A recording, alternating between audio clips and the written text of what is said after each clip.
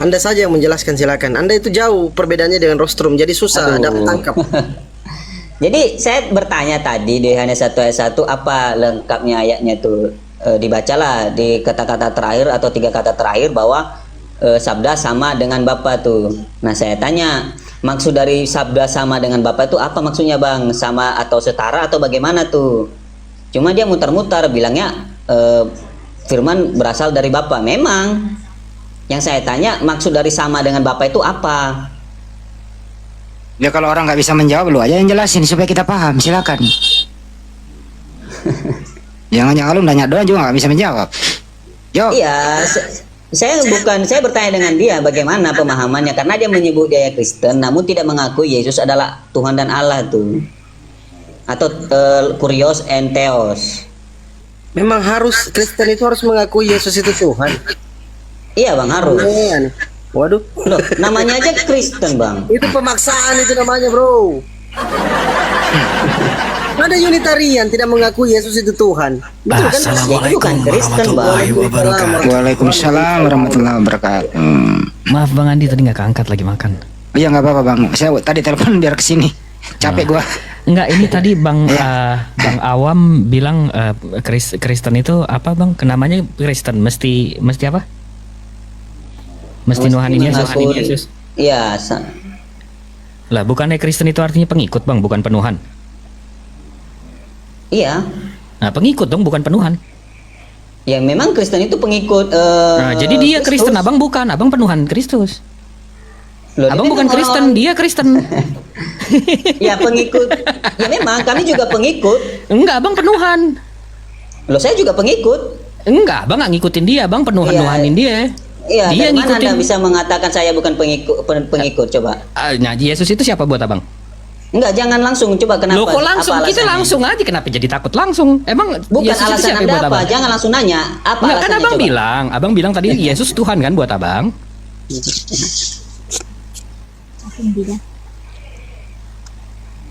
Nah dia. Cukurukuk. Iya. Yesus Tuhan kan buat Abang. Iya, terus? Ya udah berarti Abang penuhan dia, bukan Ya saya pengikut. mengikut dan menuhankan dia. Loh kok double sekarang ya? Iya emang. Nuhanin apa ngikutin? Aduh. 4 kali Kenapa 4 harus ya? membedakan bro? Abang nuhanin apa ngikutin? Kalau Nggak Abang bisa ngikutin dua-duanya. apa yang diikutin? Bang Andi double Ajarannya. Ajarannya apaan, ajarannya yang diikutin? Ya jangan. Alasan Anda menyebut saya bukan pengikut apa coba? Bukan yang Abang ikutin tuh, Abang Oh, kan langsung ngaku nih, masuk ke pertanyaan. Abang kan mengklaim nih, Abang saya pengikut. Ya, Anda Nah, menolak saya tanya kan? saya tanya apa Enggak, yang Anda Abang menolak atau ikutin? menerima? Saya menolak mau atau pertanyakan, saya mau pertanyakan. Ya tujuan Anda mengatakan saya bukan pengikut apa? Enggak, saya nggak bilang Abang bukan pengikut. Saya bilang dari Abang Quran Anda penuhan. turun sendiri tadi kok. Saya bilang Abang penuhan. Habis Terus? itu saya pertanyakan apa yang Abang ikuti dari Yesus. Mulai. Awam lu bisa Loh, diskusi kok nggak mulai sih sih? di bola-balik situ?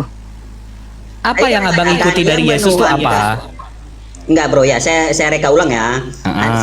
Anda bilang tadi dia pengikut, Anda penuhan. Berarti Anda Iya. mengatakan saya bukan pengikut. Nah, saya tanya. Ya, Abang, saya alasannya bilang apa? enggak, saya nggak bilang Abang bukan pengikut, saya bilang Abang penuhan. Bukan pengikut. Penuhan kan? Penuhan apa pengikut? Ya udah langsung aja gini aja, kalau Anda pengikut Kalaupun Yesus, pengikut, apa yang diikuti? ya silakan. Apa yang Anda ikuti dari ajaran Yesus, silakan. Ya, contoh saja Yohanes 13 ayat yang tentang kasih. Ayat 34 kalau nggak salah itu. Buddha juga berarti Betul. pengikut Kristus, dia ngajarin Itu kasih salah Buddha. satunya. Oke, terus agama Buddha Anda minta juga begitu satu. ngajarin kasih. Enggak, Anda minta satu kan? Enggak, siapa yang bilang satu? Ada yang bilang angka satu dari tadi. Jadi yang minta tadi ajaran yang mana tadi katanya? Saya kasih satu. Iya, saya tanya apa yang Abang kasih satu. Habis itu selain itu umat Buddha juga ngikutin tuh, umat Hindu juga ngajarin tuh kayak gitu, kasih. Ya, Oke, kalau selain itu tunggu kita koreksi dulu kalau orang Hindu mengikuti siapa yang nyuruh mereka tuh? Ya udah Yang ajaran nyuruh kasih mereka apalagi Kasih. udah ajaran kasih apalagi udah. Lanjut yang kedua. Bentar ada. Kenapa sih selalu ajaran kasih satu, ajaran kedua apa? Cepatlah. nggak mesti Kristen untuk kasih. Iya Bang banyak. Andi, yang tadi aja bagus Bang Andi. Yang dibahas itu loh Bang Andi. Yang Bang Rostrom tadi itu loh. Yohanes 1 Critical nomor text. 1 itu.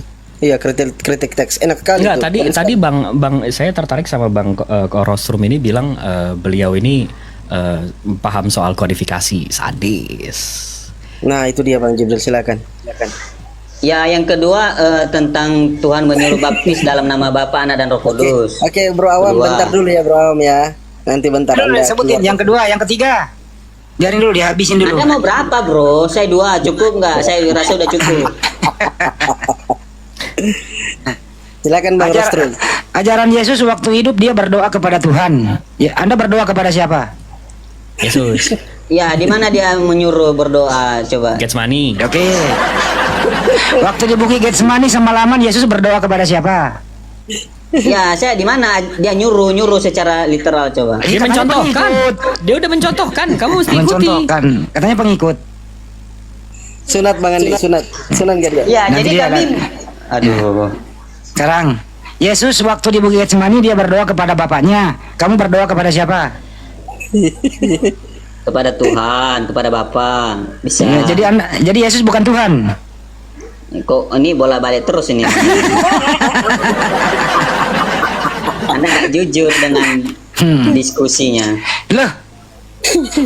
Waktu Yesus Anda berdoa, minta diam ajarannya terakhir saya biar kasih. diam dulu terakhir biar Bang Jibril sama Pak Rostrum kita edukasi ya. Menurut kamu, waktu Yesus berdoa, Yesus Tuhan atau dia manusia? Apa? Waktu Yesus berdoa, Yesus Tuhan atau dia manusia? Waktu berdoa dalam hidupnya sebagai manusia. Oke, berarti Yesus waktu dia berdoa dia bukan Tuhan. Kenapa mengatakan bukan Tuhan, Bro? Berarti Tuhan berdoa kepada Tuhan. Iya, kenapa Anda mengatakan bukan Tuhan? Tadi Anda ngomong manusia. Iya, dalam hidupnya sebagai manusia, berarti pandangannya pada hidupnya sebagai manusia. Ya, berarti manusia Yesus bukan Tuhan. Aduh. Duh, Anda Manusia sendiri ya yang ngomong loh. manusia. Iya, manusia ya manusia. Tuhan dan Tuhan. Oke. Yesus manusia nggak? Ini bola balik lagi. Saya udah menerangkan di natur Tuhan. Ya udah tapi diam, nggak ada, lu nggak punya lagi. ilmu. Silakan Pak Jibril, lanjut. Kita stempel semua. Iya, Bang Rostum. Bang Rostum. Iya, salam kenal. Salam kenal, Bang Rostum. Gimana kabarnya Bang? Baik, sehat. Kabar indah sekali. Alhamdulillah, alhamdulillah. Iya. Abang mempelajari kodifikasi Bible atau Gospel ini sampai mana, Bang? Kodifikasi kanonisasi ya. Iya. Iya, kanonisasi dari awal tahun 352 kemudian sesuai dengan kritik teks dan proses dari kodifikasi saya kebetulan sedikit belajar gitu Abang, sedikit ya belajar. Saya masih cetek, saya masih jauh di bawah, saya nggak bisa naik terlalu inilah gitu. Berarti Ya. ke papirus berarti nggak ya? Kalau belajarnya dari tahun 3 berarti nggak ke papirus ya? Oh, kita singgung-singgung sih. Yang gitu. P1 di abad ketiga, P2 di abad keempat, P3 di abad ke-67, P5 di Iya. abad 3, P6 di abad Itu 4. prakanonisasi. Heeh. Oh, berarti dari abad 4 ya? Ya, di kami ada prakanonisasi, kemudian kanonisasi kan bertahap, ada beberapa kanonisasi gitu.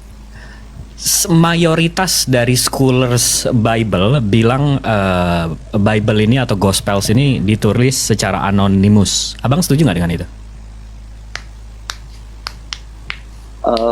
Kalau boleh minta izin bisa dijelaskan karena di sini yang naik banyak rekan-rekan saya yang Kristen Katolik, nanti mereka curiga kepada saya. Tidak Bang, Oh. bisa izin dijelaskan. Baik. Jadi supaya kita sambil belajar begitu diskusi Baik. akademis, saya Baik. menarik ini, saya tadi mampir turun aja itu mendengar kurang. Iya, kalau nggak ada nilai apa namanya diskusinya, nggak ada esensinya, males kan ngomongnya. Betul, setuju. Ini saya tunjukin ada 2 source kalau abang tahu. Ini saya dari Birth Earthman sama Catholic Identity. Ini saya buka aja datanya ya. Ini udah selalu saya angkat sih kalau ini. Bismillahirrahmanirrahim. Ini dari Catholic Identity. Ini dari A Service of Brisbane Catholic Educations. Jadi dari oke. pendidikan Kita Katolik. sebahasa. Kami di Singapura memakai portal ini, Abang. Silakan dilanjut. Nah, mantap. Jadi kalau berarti di Singapura abang pakai situs ini juga ya berarti ya? Ya, itu sudah familiar kami. Ya, Kemudian mantap. di sepupu kami di mana di Melaka dan Sarawak juga memakai portal ini untuk rekan-rekan kami. Kami mantap. punya sepupu di sana gitu. Ya. Oh, Silakan, ini justru silakan, maaf. oten-oten yang Indo yang malah meragukan. Oten luar malah ini. Ini yang Mark Bang. Jadi kalau di sini judul artikelnya Who Wrote the Gospel and When. Di sini dibilang Abang bisa bahasa Inggris kan? Atau saya translate aja lah biar yang di bawah juga bisa dengar. Penulis Injil yang menyandang nama Markus tidak diketahui. Habis itu di Matthew di sini juga disebutkan hal yang sama. Penulis Injil yang menyandang nama Matius juga tidak diketahui secara pasti. Habis itu yang di Luke atau Lukas, itu penulis Injil yang menyandang nama Lukas juga tidak diketahui secara pasti. Habis itu John atau Yohanes dalam bahasa Indonesia, penulis Injil yang menyandang nama Yohanes masih menjadi misteri. Nah, habis itu di bawahnya dijelasin, Abang tahu lah ada ada Q, habis itu ada M, ada L.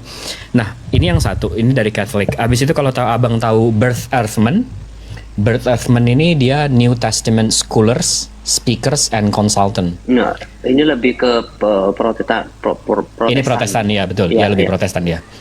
Saya mesti ada dua sumber karena nanti kalau saya ngomong sama yang Kristen Protestan, dia akan menolak ini. Tapi kalau ngomong sama yang Catholic menolak ini. Nah, di sini menurut Who Wrote the New Testament, menurut Keith Long, dia seorang pastor. Ini orangnya. Di sini dia bilang, ini yang tadi saya garis bawahi, yang saya garis bawahi ini tadi, pendapat berbeda-beda mengenai penulis keempat Injil Matius, Markus, Lukas, dan Yohanes. Beberapa orang menyatakan bahwa ini adalah nama sebenarnya dari para ahli. Beberapa orang ya. Namun, sebagian besar pakar menyimpulkan bahwa nama tersebut hanyalah nama samaran dan Injil ditulis secara anonim. Bang Jibril, boleh saya kasih aplaus? Waduh. Ini yang tadi saya garis bawahi, Bang. Sebagian besar pakar. Ini dari Scholars Bible sendiri yang New Testament, dia memang pakarnya. Nah, jadi sebagian itu makanya tadi saya nanya Abang kalau mempelajari soal New Testament, saya fokusnya di New Testament. Apakah Abang bagian dari sebagian besar pakar? Atau Abang yang imani saja, pokoknya Yesus Tuhan, atau Abang nggak Tuhan, pokoknya Yesus eksis dari Romawi dan seterusnya. Abang bagian yang mana nih? Saya sederhana. Mungkin kalau jawaban saya tidak terlalu memuaskan ya. Saya sampai saat ini saya berstatement supaya rekan-rekan Katolik dan Kristen yang ikut hadir itu tidak mencurigai saya. Sampai sekarang saya berstatement ini, saya percaya kepada Bapa adalah Sang Pencipta langit dan bumi. Saya percaya Yesus sebagai firman-Nya, bahwa melalui Yesus kita akan sampai kepada Bapa. Jadi ini saya mengulang itu dulu deh, supaya rekan-rekan kami yang di sini tidak mencurigai saya. Saya dibully, saya nanti ketemu dibully gitu. Nah, kalau untuk masalah penulis, saya coba di depan meja saya punya 3 Bible. Mungkin rekan-rekan saya ingin diskusi kepada Abang ya Bang, bertukar pikiran. Ilmu saya masih cetek banget meskipun saya seorang Kristen atau Katolik. Di sini ada from USA New Testament Theology, itu terbitan tahun 1986. Itu oleh Yayasan Zondervan. Ini mungkin langsung googling boleh, yang di atas PC ya, di depan PC ya, boleh. Zondervan Corporation gitu. Itu, tahun berapa tuh Bang bukunya? John Varden. 1986, kemudian 1986, kemudian diterjemahkan menjadi bahasa Melayu, dicetakan pertama itu di 1971, kemudian cetakan ketiga itu di 2001. Oh, itu dia teologian dari Manchester ya? Iya, jadi di sini ada tokoh yang Leon Morris ya. Saya coba maaf saya tidak digital karena saya pakai buku semua.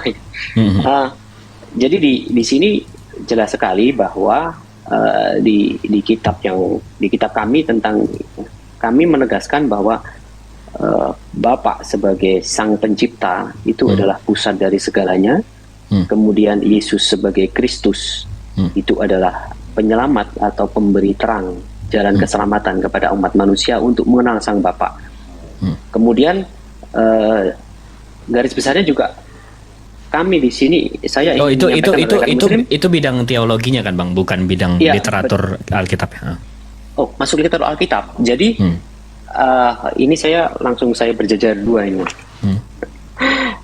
Jadi saya ingin pembelajaran juga ke rekan-rekan Katolik yang bergabung untuk lebih akademis gitu. Makanya saya ini sharing mungkin agak berbelok sedikit dari konteks, yaitu bahwa tiga itu yang harus kita sampaikan ke rekan-rekan Muslim supaya tidak terjadi salah paham gitu.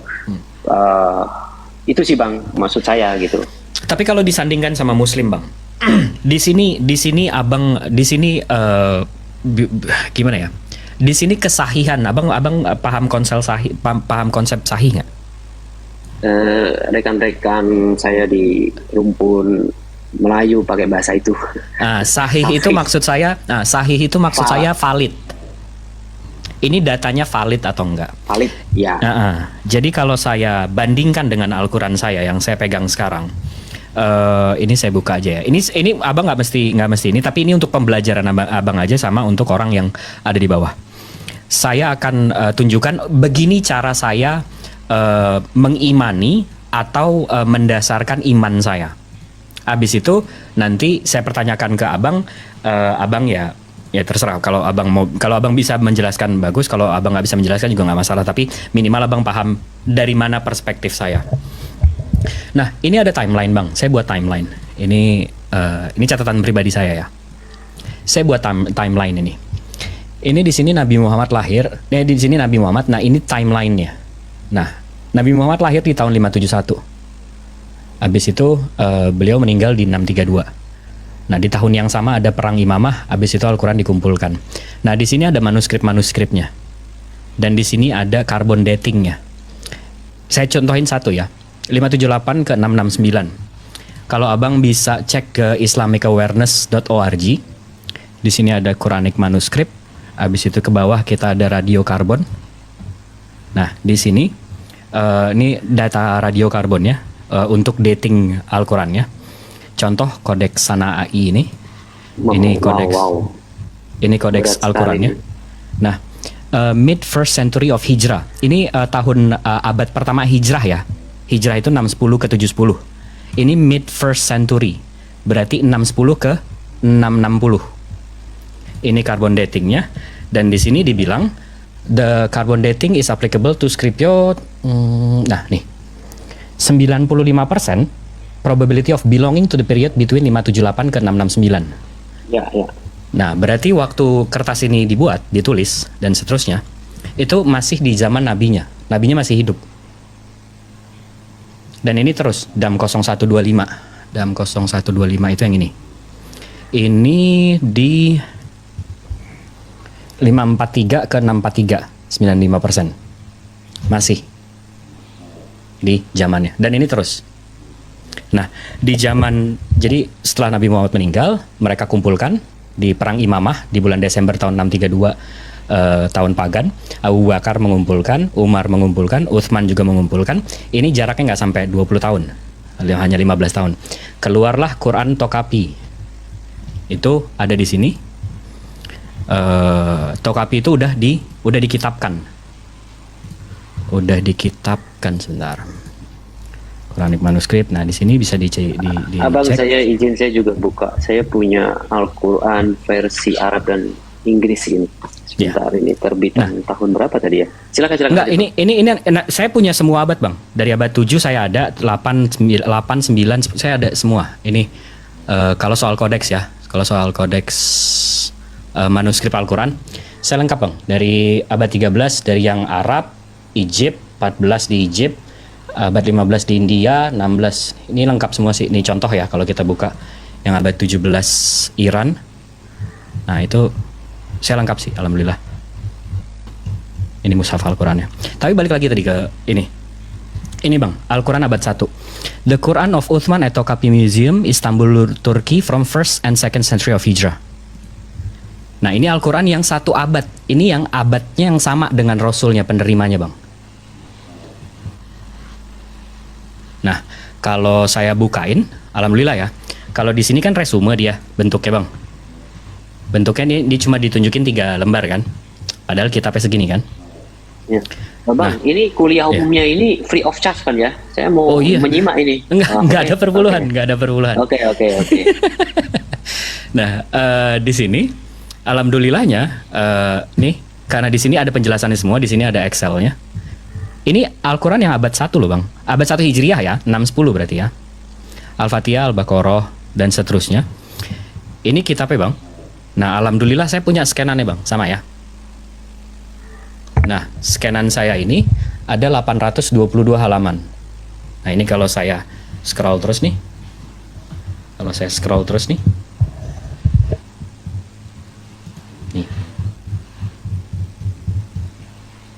822 halaman.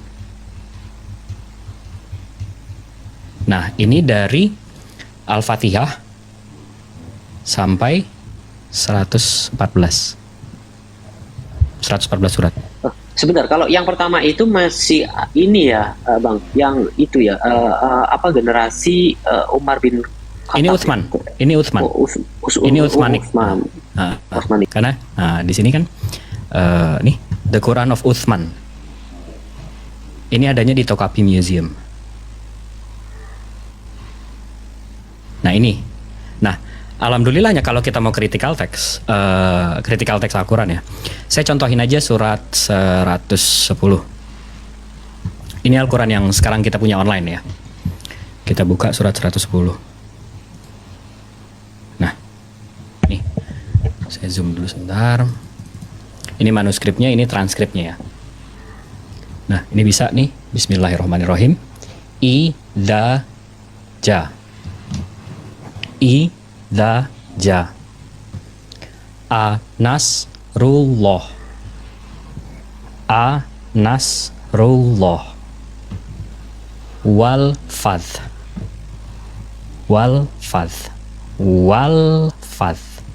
Dan ini terus. Waro. Dan ini terus. Saya bisa 114 surat saya gituin. Every word, every single word. Nah, maksud saya ini kalau Al-Quran transmisinya seperti itu. Ini di luar hafalan ya, Bang ya. Ini di luar hafalan. Jadi kalau Abang mau tahu lagi, kita ada hafalannya. Saya ada contoh memang penghafal.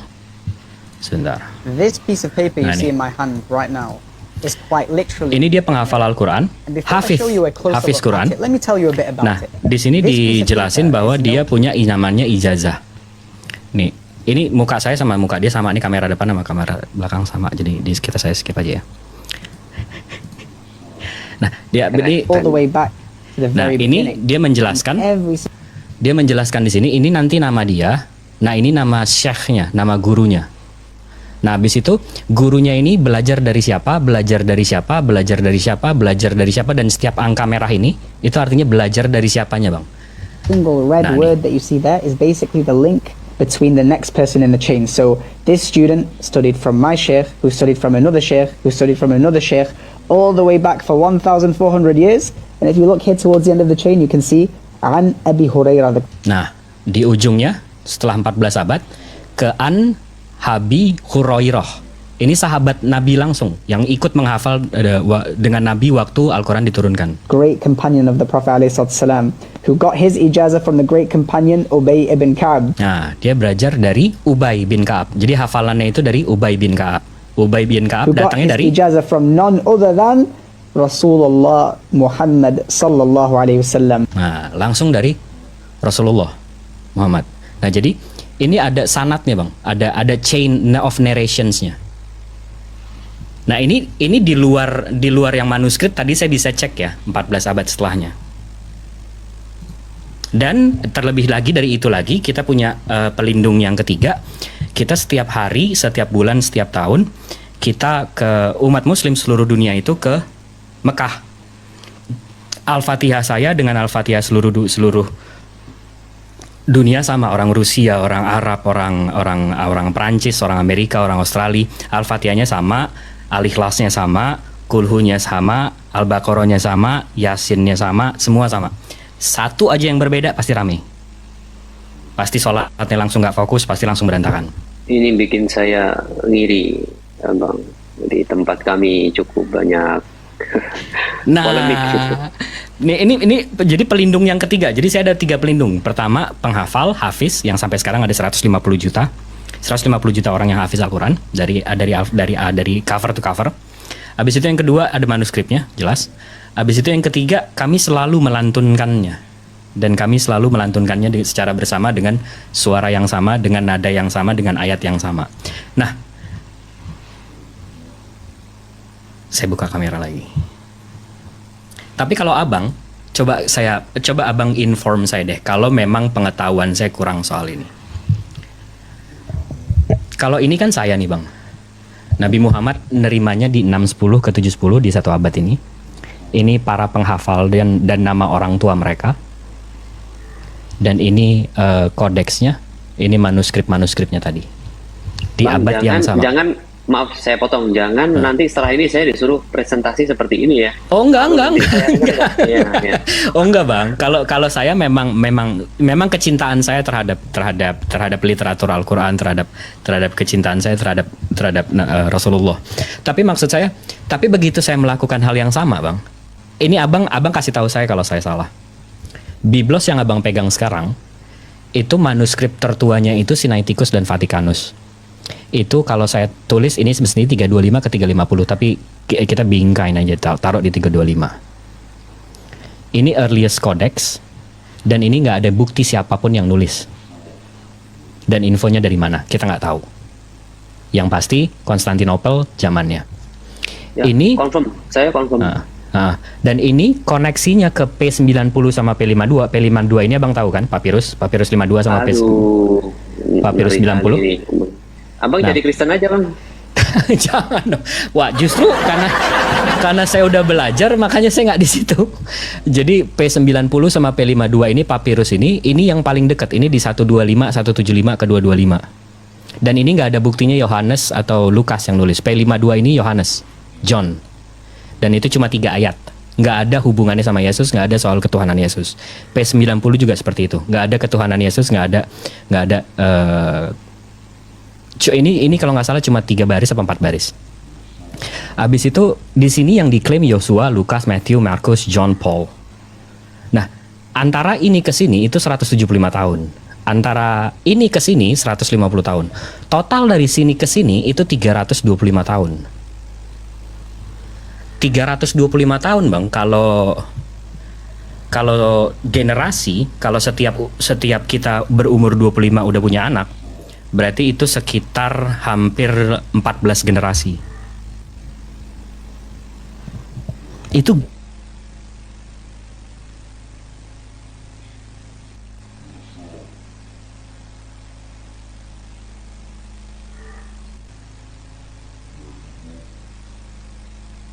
Hilang suaranya Mbak Jibril.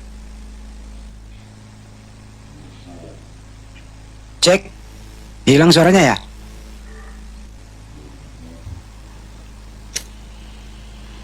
Iya, hilang. Oh, Hilang. saya kira ini koneksi saya. saya yang hilang ya. Ini wifi nih, First Media nih. Udah aman kan? Udah lanjut. Udah aman Bang Jibril, aman, lanjut. First Media kalau weekend begini. Tapi pertanyaan saya tadi sempat tersampaikan nggak? Belum. Ulang. Nah, pertanyaan saya, gimana sih Bang kita mengimani kitab yang, karena kita menyandarkan keselamatan kita setelah hidup ini berjuta-juta tahun, for eternity. Gimana sih kita menyandarkan keselamatan kita terhadap hal yang nggak pasti kayak gini? Kalau saya kan, abang tahu, saya udah menjelasin kan, dari Al-Quran itu terlindung dari 3 perisai. 1 hafalan, 2 manuskrip, 3 kita selalu melantunkannya. Saya terjaga dengan itu. Saya menyandarkan keselamatan saya dengan itu. Tapi abang gimana bang menyandarkan keselamatan abang dengan hal yang putus sanatnya 350 tahun ini bang?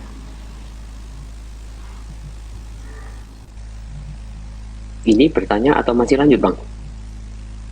Pertanyaan itu bang. Oke, ya kalau dari kajian akademis saya mengakui dan rekan-rekan senior-senior dari seminari Katolik maupun Protestan kalau di Indonesia yang cukup terkenal Protestan yang ini mungkin rekan-rekan yang di Indo ini ya Duta Wacana mungkin sudah kenal juga. Memang kami mengakui tentang proses-proses ada beberapa missing di situ terkait dengan kanonisasi daripada Bible atau kitab suci kami gitu bang. Kami secara akademis mengakui itu, tetapi secara dogmatis kami dengan jemaat atau umat kan kami tidak diperkenankan bahwa kajian akademis itu kita pisahkan dengan dogmatis kan gitu. Itu bang komentar sementara dari saya. Enggak, karena itu akan berefek sama keimanan nggak sih bang? Setuju nggak sih abang di situ? Oh, confirm, ya setuju. Akan berpengaruh banget. Karena gini, kalau saya contoh ya, kita buka 1 Yohanes 5:7. Kalau kita buka Sebentar, Yohanes atau 1 Yohanes bang? 1 Yohanes 5:7. Ini saya manual ini. Sebentar.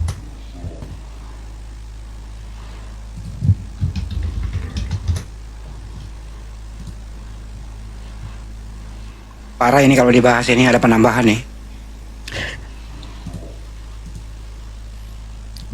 Kita ngobrol-ngobrol santai aja, kita nggak usah panas-panas malam Sabtu ya kan, nggak usah emosi-emosi. Saya selalu dingin, abang. Saya suka kalau akademis ya kajian kita diskusi. Oke, 1 Yohanes ya. 1 Yohanes nomor 7. 1 Yohanes 5 nomor 7. Ini saya buka yang berbahasa Indonesia. Nanti kalau berbahasa Melayu saya dikomplain sama rekan-rekan Indo nanti. Enggak, ini critical text bang. Ini lebih ke critical text. Nah, Oke, sudah ketemu 5. 1:5:7. 1 Yohanes 5 nomor 7. 1 Yohanes 5 nomor 7. Sebab ada oke, udah silakan bang lanjut. Oke. Nah, kalau saya buka dari Codex Sinaiticus.org bang, ini memang situs memang punya ini ya, punya di sini ada British Library, National Library of Russia. Ini memang scanan yang mereka punya, project yang mereka punya. Ya. Di sini kalau saya ke 1 Yohanes 5 nomor 7, di sini ini original teksnya sama seperti Al-Qur'an tadi. Ini manuskripnya, ini transkripnya, ini translate-nya. Ya, ini original text, transcriptions, translations. Di nomor 7, ini di abad keempat ya bang ya. For they that testify are 3, yang bersaksi adalah 3. Nomor 8-nya yang bersaksi itu, yang tadi bersaksi 3 itu, roh, air, darah jadi 1. Dan ketiganya itu menjadi saksi dalam satu manusia, dalam satu orang. If we receive the testimony of men, jika kita menerima kesaksian dari satu orang. Itu inti dari 2 ini.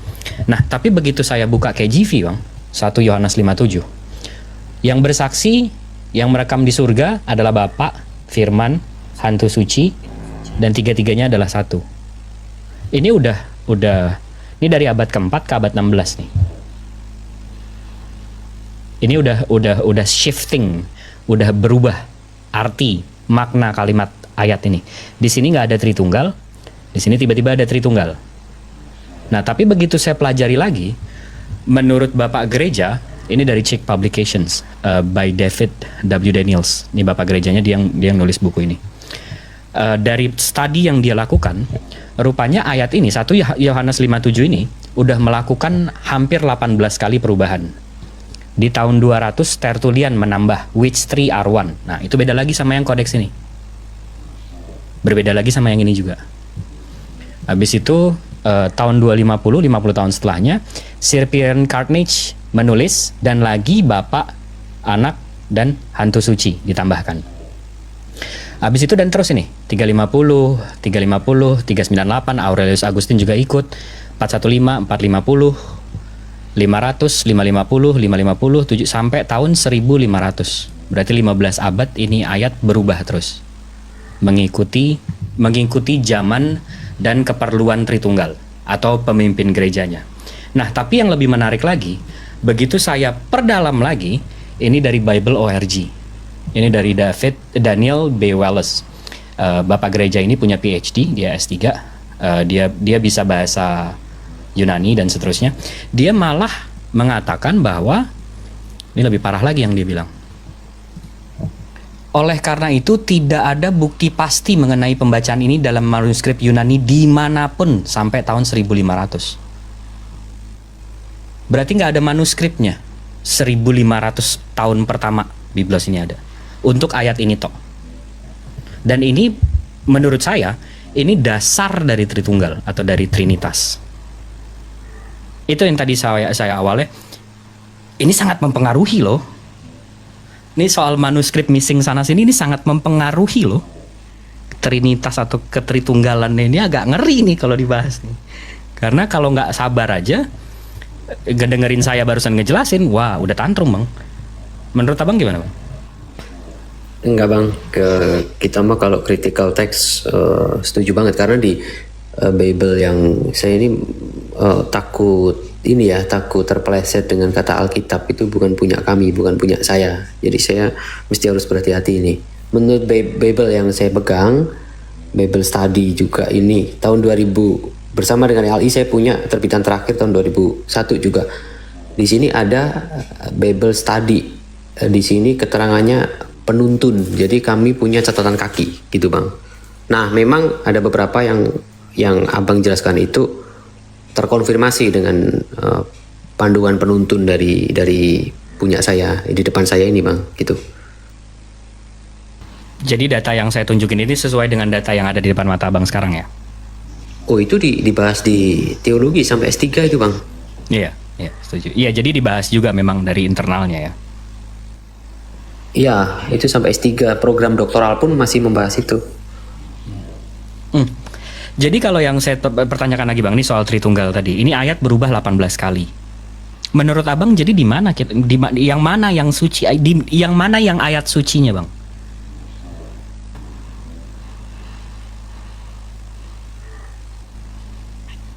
Ya,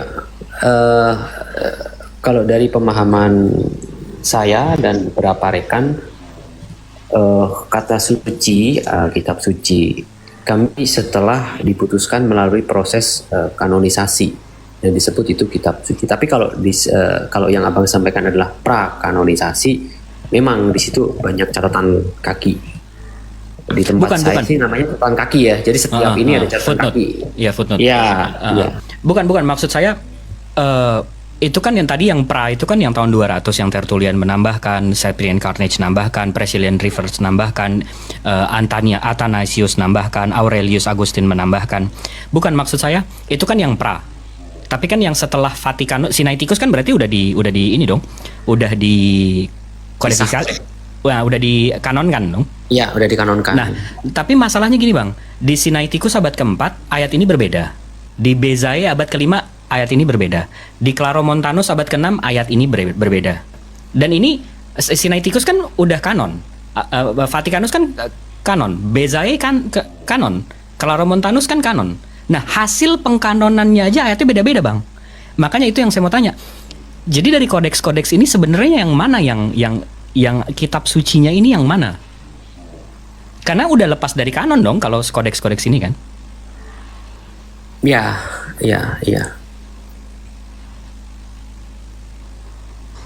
Ini fokus saya sambil ngebukain saya punya buku, Bang. Nggak usah terlalu akademis, kita santai aja. Ini teman-teman saya kemana semua ya? Jangan-jangan ini ya, gua Ditinggal. ngeroyok ini. Enggak lah, siapa yang ngeroyok kan yang lain Yang culun tercancel dengan sendirinya bang. mungkin sakit kepala kali bang. Waduh, nih mau weekend gue diajarin kayak gini lagi, pusing nih. Nanti aja Senin deh gitu kan. Enggak, tapi hari ini beruntung tadi tuh iseng masuk portal sulit banget gitu. Masya Allah, berarti Anda mencari dan Anda mendapatkan yang dicari nih, brother. Nggak mungkin teman-teman. Nah ini nanti akan bisa membedakan teman-teman kalau Kristen masih ada di sini atau Katolik. Jadi kalau berdiskusi dengan sahabat-sahabat kita Muslim Indonesia, mari coba kita berdasarkan dengan kritik teks, data, minimal bahasa asli atau minimal yang mendekati. Kalau kita Yunani atau Ibrani tidak bisa, itu minimal itu English version gitu. Ya, minimal Inggrisnya. Ya, itu mungkin saya masih agak percaya diri dengan teman-teman Muslim Indonesia gitu, karena berbeda dengan kami ya. Kalau saya nih kewarganegaraan Indonesia, Bang, kewarganegaraan Indonesia. Tetapi mobilitas saya memang ya kita sama-sama rumpun Melayu ya, jadi ke sana kemari begitu. Berbeda memang kalau Muslim Indonesia sekarang sudah kritis, tetapi terlambat gitu. Duluan kami yang di luar Indo yang sudah mulai memperbaiki beberapa benturan-benturan terjemahan begitu, Bang.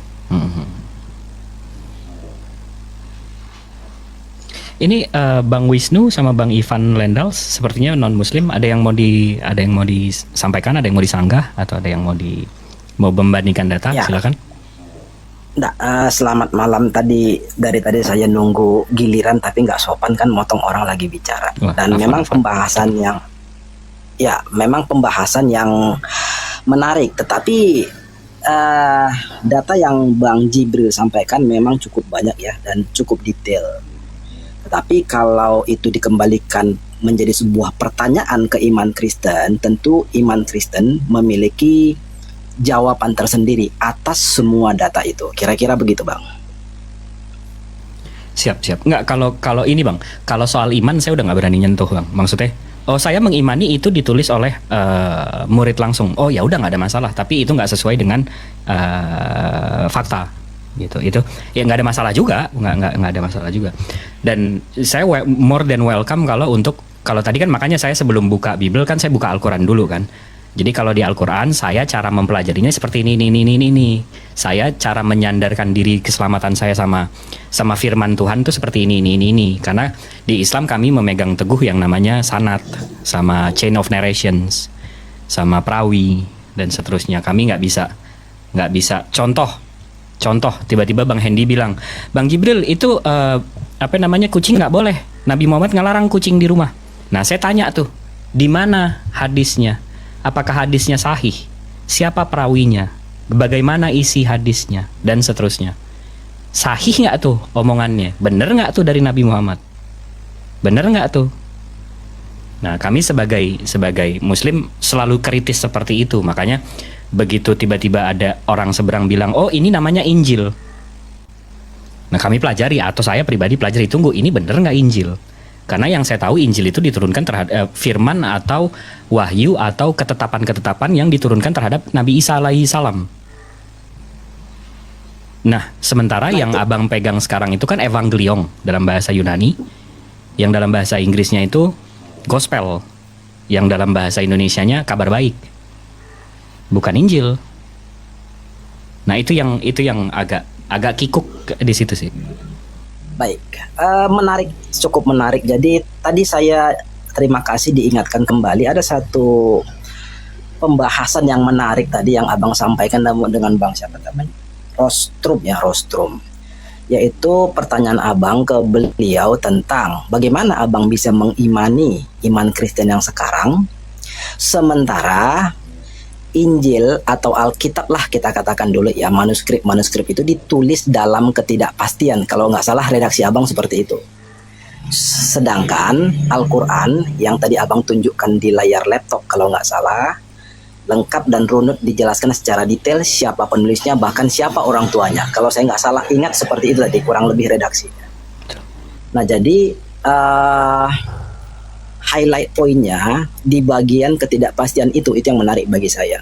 Jadi bukan ketidakpastian Bang, bukan ketidakpastian yang saya pertanyakan itu putus chain of narration itu dari kejadian itu 350 tahun. 350 tahun. Nggak jelas Bang Jibril. Iya, 350 tahun terputus narasinya.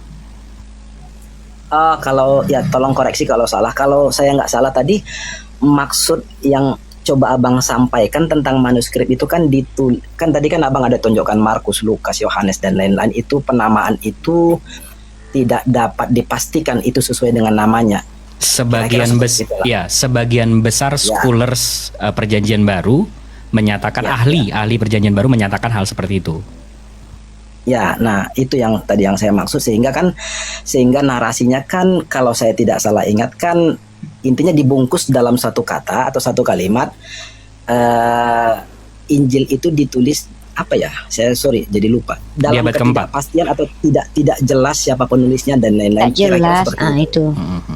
Tidak jelas siapa Jibril penulisnya. itu sangat sopan banget Bang Wisnu. Beliau tuh nggak mau mengucapkan kata-kata Bible tuh nggak jelas. Tapi ya itu bahasa gaul sih dan itu jelas banget itu bahwa Bible itu adalah kitab suci yang nggak jelas siapa penulisnya, nggak jelas sumbernya, nggak jelas kapan munculnya. Itu. Tapi saya orangnya jujur. Kalau Bang Jibril itu orangnya sangat-sangat berperasaan gitu. Emang kita beda sih. Gitu kurang lebih Bang Wisnu. Nggak jelas gitu. Ya, oke. Bagi saya pribadi nggak ada masalah sih. Saya tidak menganggap itu rude atau kasar, ya, nggak ada. Karena saya bukan mau ngebahas itu gitu pemakaian ini. Maksud saya point of view-nya yang saya lihat, kalau boleh disederhanakan, asal usul atau sumber penulisan kejelasan Injil itu kan seolah-olah tidak jelas, sementara beda sekali dibandingkan dengan Al-Quran. Bukan seolah-olah Bang, maaf saya potong ya, saya tidak sopan banget nih karena saya belajar banyak di sini ya, luar biasa diskusinya dengan Rostrum tadi itu. Saya agak jujur orangnya Bang, bukan seolah-olah tidak jelas Bang, emang tidak jelas gitu. Ya, oke, anggaplah kita pakai kalimat itu. Nah, saya pribadi melihatnya berbeda. Ya, kalau Al-Quran itu ditulis dengan sangat jelas, dalam pemahaman saya itu wajar. Karena itu muncul di tahun 600-an, di mana peradaban mungkin lebih baik. Ini kalau saya merefleksikan ya, saya coba merenungkan data-data yang ada.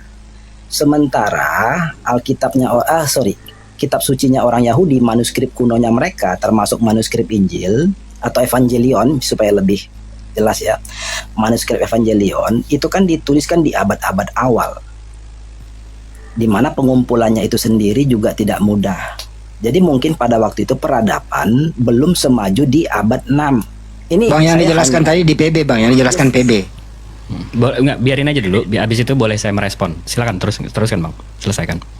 Ya, jadi termakan waktu lah ya. Tadi sama. Oh iya ya, oke. Mungkin supaya nggak kelamaan itu dulu.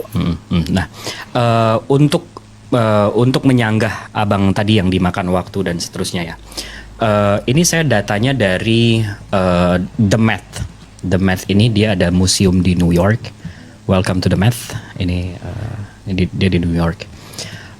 Di The Met ini Bang, ini ada namanya Hanakh, letter 1 Middle Kingdom. Middle Kingdom ini Mesir ya. Dan ini 2000 tahun sebelum Yesus Bang. Ini 2000 tahun sebelum Yesus. Ini suratnya. Ini surat Firaun Bang. Ini surat Firaun, kita masih bisa baca, dan gak cuma selembar, dia ada 4 lembar di sini. Ini kita masih bisa baca. Nah, abis itu di sini ada dari Chester Beatty Museum. Ini nih internet saya nih. Nah, ini masih bisa dibaca nih, dan ini full. Dia masih satu kitab. Dan ini Contending of Horus and Seth. Ini Dewa Horus, nyanyian Dewa Horus. Ini 12 abad sebelum Yesus Bang. Dan kalau kita lihat materialnya, ini papirus. Nah, sementara yang punya abang, ini dari Chester Beatty juga. Ini manuskrip Bible ya. Yang sementara yang punya abang seperti ini, dan materialnya sama Bang. Apa itu Bang? Ini manuskrip Bible. Oh, bukan puzzle. Oh, kirain puzzle. Nah, ini di museum yang sama ya, di museum yang sama. Jadi kita bisa lihat di sini materialnya sama. Ini 12 abad sebelum Yesus. Dan ini, kok ini? Bukan ini. Aduh, tadi udah kebuka tuh. Surat Zeus itu ya Bang? Ini Horus, ini Horus. Oh, yang Horus. Nah, kalau yang ini, nah ini yang lebih bagus lagi nih. Ini. Ya kan Nah, Horus bersanad nggak Bang? Nah, wah ini Horus ini kalau udah tulisannya kayak gini kan udah nggak usah disanat. Nggak, tapi ini balik lagi ke tadi. Masya Allah. Materialnya ini papirus, sementara abang juga materialnya papirus. Habis itu ini ink, tinta. Ini juga ink, tinta. Dan ini 3 abad setelah Yesus. Nah, jadi yang ini 12 abad sebelum Yesus. Ini 3 abad setelah Yesus. Jadi kalau abang bilang wajar yang abad 6 masih lengkap karena mungkin di abad 1. Nah, ini 12 abad sebelum Yesus masih masih terjaga. Menurut saya kalau sanggahan abang abad 1 susah penulisan ini 12 abad sebelum Yesus. Habis itu ada surat Firaun juga masih ada. Itu hampir 20 abad sebelum Yesus. Itu gimana tuh Bang cara Tuh Bang Jibril. ngebantahnya Syahadat lagi? bertiga nih susah juga nih. Oh, jangan. Waduh. Baik.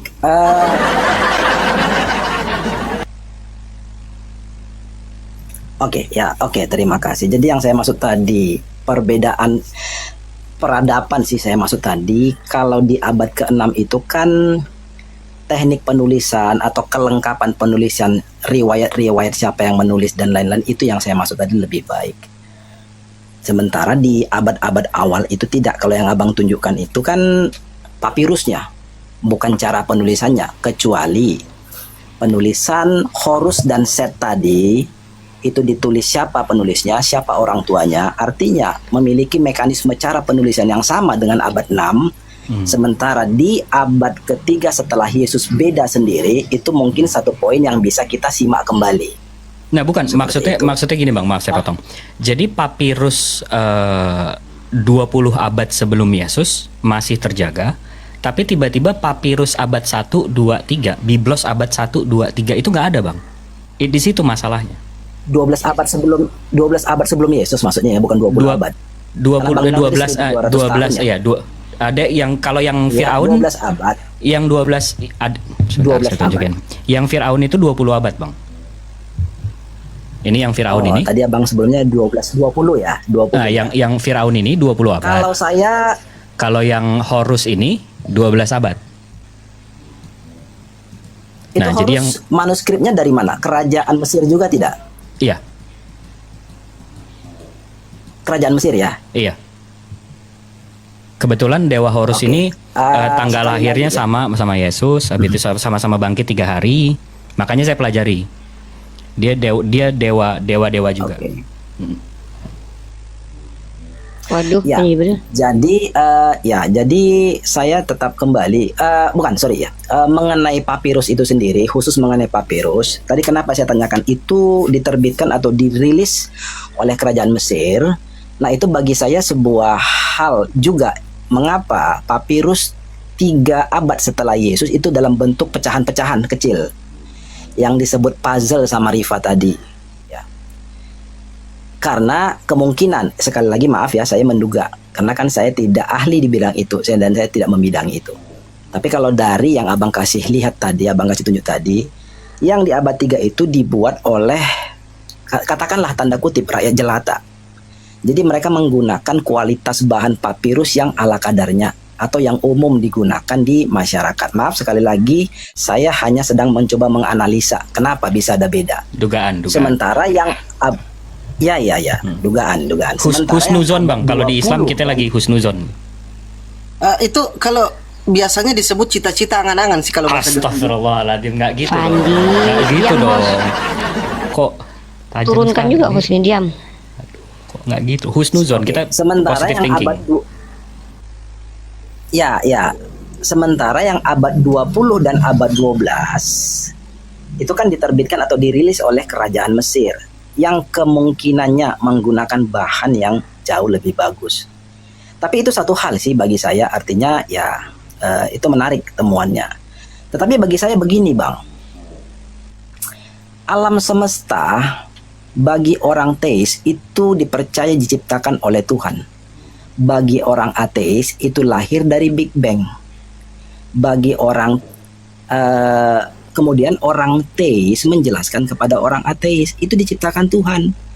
Orang ateis membantah lagi, bukan. Itu terjadi dengan sendirinya melewat teori Big Bang. Lantas orang teis mengasih analogi sama orang ateis. Seandainya di sebuah hutan ada rumah berdiri atau ada kursi, apakah mungkin rumah dan kursi itu bisa berdiri sendiri, terbentuk sendiri tanpa buatan manusia? Jadi saya dahului dengan ilustrasi itu begini Bang, maksud saya. Terlepas dari temuan-temuan Saya udah itu, saya udah dengar tetap- argumennya, maaf Bang. Saya udah dengar argumennya tapi bukan kursi tapi jam. Betul nggak? Ada jam tangan di dalam hutan. Saya kebetulan Ada menggunakan perahu juga sih bang, Ya, ada saya perahu juga sih, menggunakan- perahu juga ada. saya menggunakan contoh sendiri, tapi kira-kira intinya sama kan? Maksudnya ada Paham. sebuah bangunan lah di tengah hutan, nggak mungkin kan? Cuman dipelintir terjadi sih dengan sama Bang sendiri, Wisnu, kira-kira. nggak apa-apa. Ya, jadi maksud saya terlepas dari temuan-temuan itu, saya kembali ke core-nya Bang. Ke core daripada ini semua, tulisan-tulisan itu atau peristiwa itu. Core-nya cuma dua. Apakah peristiwa yang terjadi mulai dari perjanjian lama di Alkitab sampai kepada peristiwa Yesus itu adalah hoax atau itu adalah real? Pegangan saya cuma itu. Jadi terlepas daripada masalah isi teksnya seperti Abang Bang tadi Wisnu. kutip 1 Yohanes. Ya, izin saya kasih aplaus dulu ya Bang Wisnu ya. Nah, Bang Jibril, sebelum Bang Jibril, saya mau tanya tanggapannya Bang Rostrum dulu karena dari tadi beliau ini sedang merenung. Betul. Bang Wisnu, terima kasih tadi tepuk tangan untuk cita-cita dan angan-angannya. Silakan Bang Rostrum lagi. Nggak, tapi sebelum Bang Rostum boleh nggak saya nyampein silakan, ayat? silakan, Bang Jibril, silakan. Saya nyampein ayat Al-Quran. Ada 2 ayat Bang untuk merespon statement Abang barusan. Abang menyatakan soal Big Bang Theory. Di Al-Anbiya ayat 30. Di sini diceritakan bahwa dan apakah orang-orang kafir tidak mengetahui bahwa langit dan bumi keduanya dulu menyatu. Kemudian kami pisahkan antara keduanya dan kami jadikan segala sesuatu yang hidup berasal dari air. Maka mengapa mereka tidak beriman? Ayat ini menyatakan soal Big Bang Theory. Kenapa? Karena Big Bang Theory itu kalau dari ininya, kalau dari segi studinya, what is Big Bang Theory? Kalau saya baca di sini, ini dari space.com ya. Di sini kalimatnya persis banget. Nih, saya translate ya. Sederhananya dikatakan bahwa alam semesta seperti yang kita kenal dimulai dari sebuah titik. Tidak mengetahui bahwa langit dan bumi keduanya dahulu menyatu. Sebuah titik tunggal yang sangat panas, padat, mengembang dan meregang. Kemudian kami pisahkan antara keduanya. Ini Big Bang Theory. Allah sudah menyatakan ini 14 abad yang lalu, sebelum para saintis ini belajar soal Big Bang Theory. Dan makanya ini untuk statement saya yang terakhir nih sebelum Bang Rostum, kalau kita lihat di ayat Al-Fusilat ayat 53, ini untuk kita semua. Kami akan memperlihatkan kepada mereka tanda-tanda kebesaran kami di segenap penjuru dan pada diri mereka sendiri, sehingga jelaslah bagi mereka bahwa Al-Quran itu adalah benar. Tidak cukupkah bagi Tuhanmu bahwa Tuhanmu menjadi saksi atas segala sesuatu? Ini udah gimana ya? Silakan Bang Rostum. Baik, saya tambah sedikit rempah-rempahnya ya, izin ya. Saya mengutip salah satu kutipan dari profesor terkenal di Indonesia. Beliau adalah Prof. Saetapi. Beliau mengatakan begini, walaupun kebohongan lari secepat kilat, suatu waktu kebenaran pasti akan mengalahkannya. Menurut Imam Syafi'i, ketika kebenaran itu terungkap, reaksi manusia itu hanya ada 2. Yang pertama, kalau dia pintar maka dia akan merenung. Tetapi ketika orang itu, mohon maaf dalam tanda kutip, dia bodoh, maka dia akan berusaha mencari celah supaya membenarkan kekeliruan itu. Semoga Bang Rostrum termasuk orang yang pintar, bisa merenung. Silakan Bang Rostrum. Beo.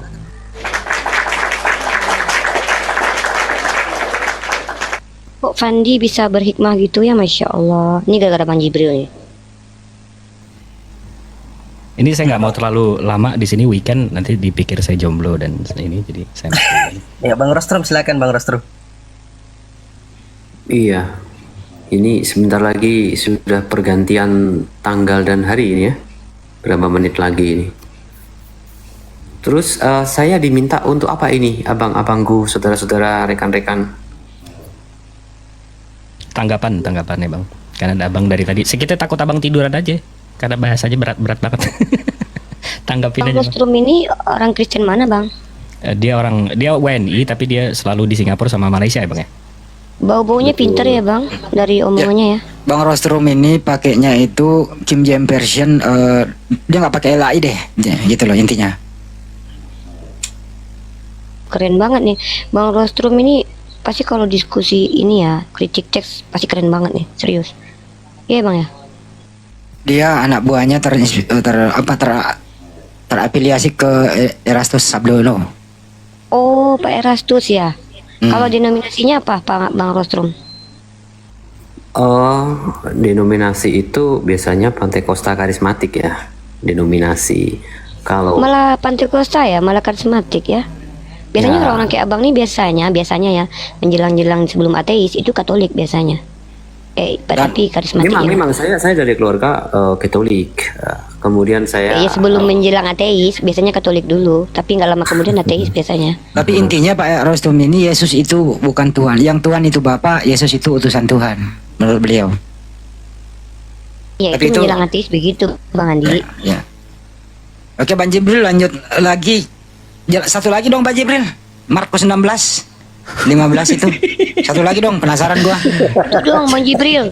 Bang Jibril itu juga dong, Hosea 11 ayat 1 dong. Cerahkan semua lah. Enggak, gini. Oke, Hosea agak berat nih. Tapi gimana kalau saya bukakan Markus 16 sama ini bang, sama ada satu orang nih penulis kitab, tapi ketahuan mengutip dari penyembah Zeus bang. Itu gimana tuh bang? Lebih Nah, lebih itu Boleh, dia, kombinasi keren aja tuh. Bang. Kombinasi. Pokoknya Bang Jibril malam ini malam Anda. Malam ini sini aja Bang. Jangan turun Bang, jomblo aja nggak apa-apa Bang, jomblo aja. Nggak gitu dong. Udah, kalau kita Ya, buka, Bang Jibril izin, brother, izin. yuk. Ya kan kita ini kan sudah masuk di hari kemerdekaan Republik Indonesia tahun 1945. Kita sudah memperingati hari kemerdekaan Indonesia. Curahkanlah semua Bang Jibril. Curahkan semua, silakan Bang Jibril. Ya udah silakan merdekakan kami dari Bintang Timur. Udah. Merdekakan Bang. Amin, amin. Lanjut. Allahu Akbar.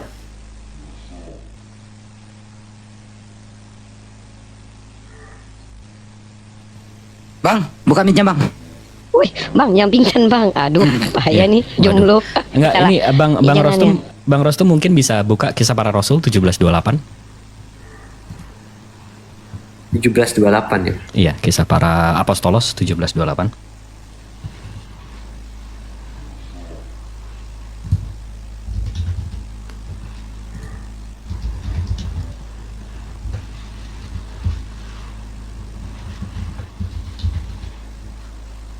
Udah bang.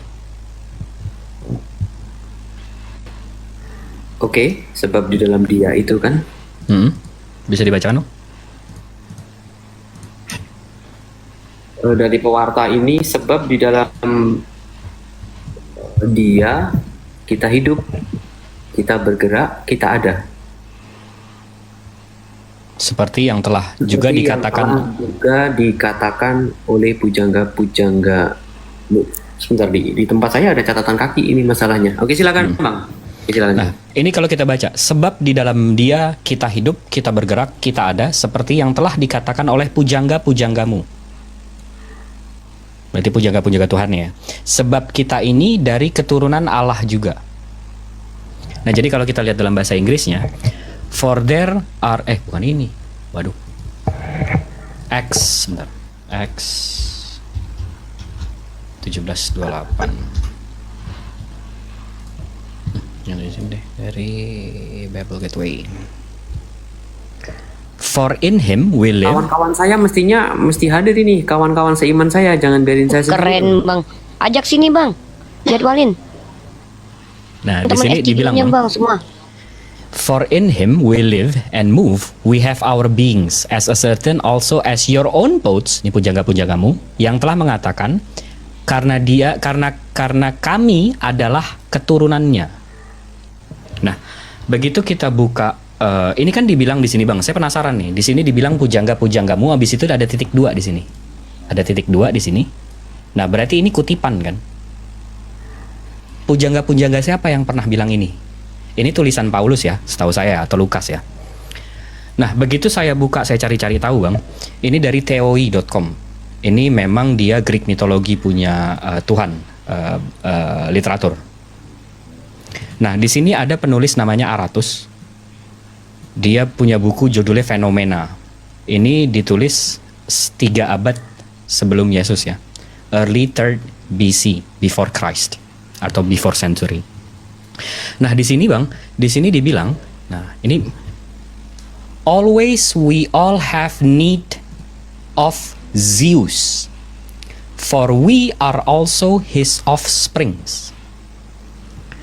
Kita akan selalu membutuhkan Zeus, for we are also his offsprings. Jadi Lukas atau Paulus di mirip ya Bang, Zatpara. mirip ya. Ini bukan mirip lagi, mereka mengakui seperti yang telah juga dikatakan oleh pujangga-pujanggamu. Bukan Maksudnya mirip lagi, dikutip ini gitu ya, Bang, ya? di sini udah dikatakan bahwa memang pujangga-pujanggamu menulis seperti ini. Nah, rupanya saya cari tahu. Astagfirullahaladzim. Ini kutipan dari Aratus, 3 abad sebelum Yesus, di bukunya namanya Fenomena. Si Aratus siapa emang Bang? Jangan-jangan Dia penyembah murid Yesus Bang. Dia penyembah Zeus. Oh, jadi nggak ada kaitannya sama Yesus? Nggak ada. Ini 3 abad sebelum Christ. Kalau nggak salah Epimenides juga pernah ngomong gitu ya Bang? Tapi nggak ditulis mungkin, nggak di bukunya. Iya. Nah, itu satu. Abis itu, tapi saya rasa kalau ini udah pada tahu semua ya. Kalau soal Markus 16 itu kayaknya kalau di STT itu pelajaran pertama tuh Bang Rostum. Ya. Jadi kalau di Markus 16 Bang, di sini ada 16:1 sampai 16:20. Nih ayatnya. Ya, 16:20. Markus 16 ya. Ini saya soalnya buka buku ini ada 2. Saya takut terpleset aja pakai LAI sebentar.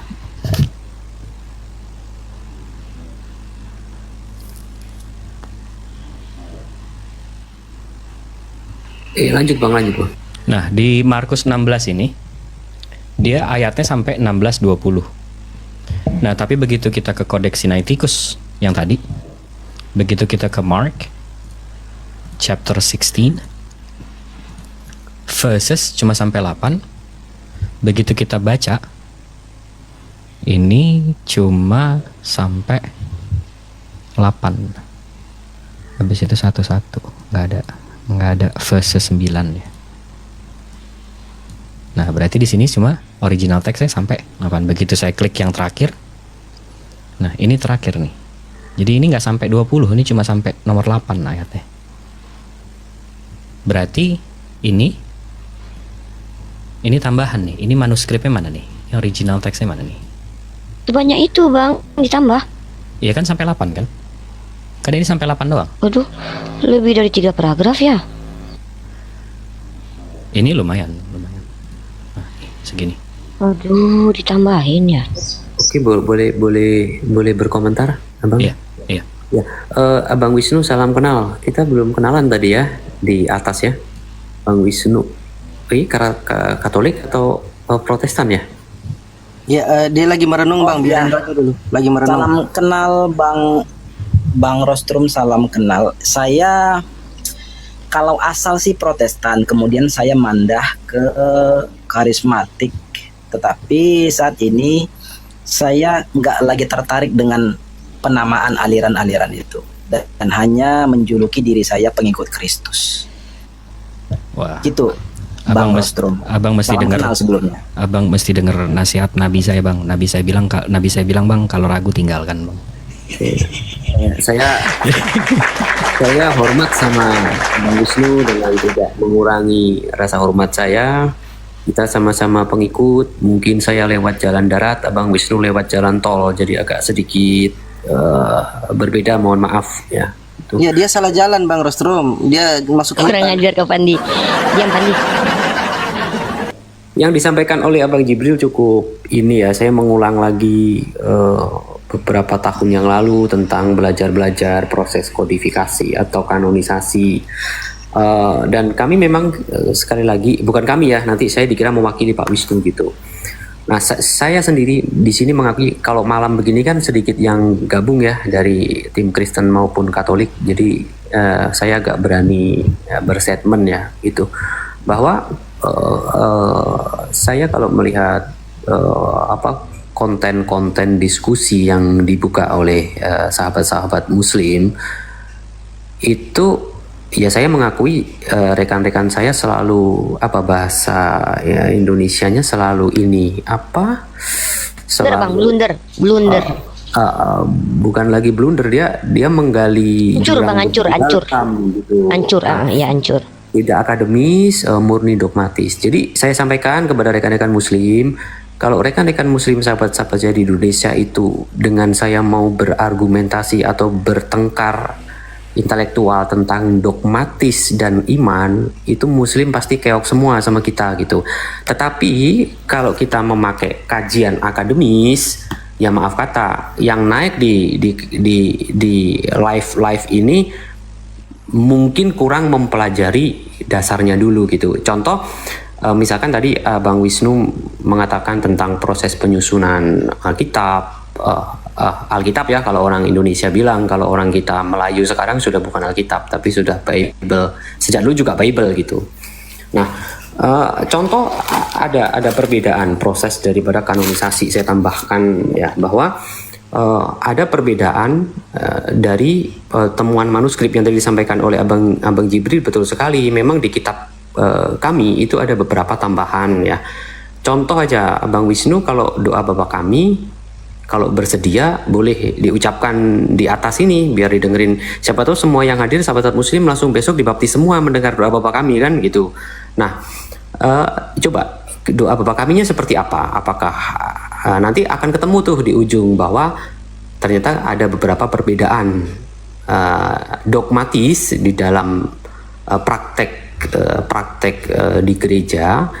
Itu ada perbedaan dari masing-masing gitu. Saya cukup memahami jika Abang Wisnu mengatakan saya sudah tidak melihat lagi aliran, atau saya tidak melihat lagi denominasi, saya sudah tidak melihat lagi saya dari mana. Tetapi sudah jelas bahwa kalau Pantai Kosta karismatik ya dia lebih kepada dogmatis, karena di awal berdirinya itu kan sudah menentang Protestan dan Katolik kan begitu. Protestan Katolik sampai sekarang itu terus melakukan kajian-kajian ilmiah terhadap konteks terjemahan kitab suci dari proses kanonisasi awal sampai dengan saat ini gitu. Contoh yang cukup terkenal tidak bisa ditutupi oleh sejarah adalah kekeliruan daripada rohaniwan gereja Katolik itu menentang sains gitu. Nah, itu ada, bisa dicari kasus-kasus bagaimana bapak-bapak gereja kami itu memberikan statement yang bertentangan dengan sains dan ujung-ujungnya meminta maaf, mengklarifikasi. Akhirnya beberapa terjemahan daripada kitab suci kami itu kami melakukan yang namanya perbaikan gitu. Perbaikan menjadi kesempurnaan, makin sempurna ya. Jadi konteksnya ini saya tidak ngomong yang terlalu tinggi ya, sempurna tentang hal-hal yang indah tentang konsep baru, enggak, tapi lebih melengkapi gitu. Kalau memang ada tambahan ya jelas, doa Bapa kami aja itu di banyak gereja berbeda